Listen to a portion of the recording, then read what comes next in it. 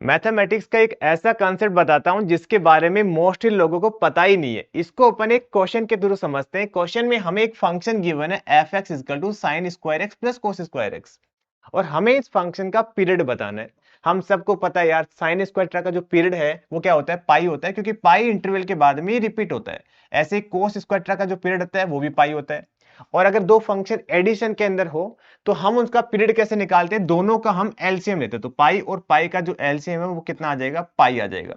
तो यहां से हमें ये समझ में आ गया कि जो एफ एक्स है उसका पीरियड पाई आ गया। और हम सबको पता है कि जो साइन स्क्वायर एक्स है प्लस कोस स्क्वायर एक्स कितना होता है, 1 होता है। तो अपना जो फंक्शन एफ एक्स है वो बेसिकली क्या है, कांस्टेंट फंक्शन ही है।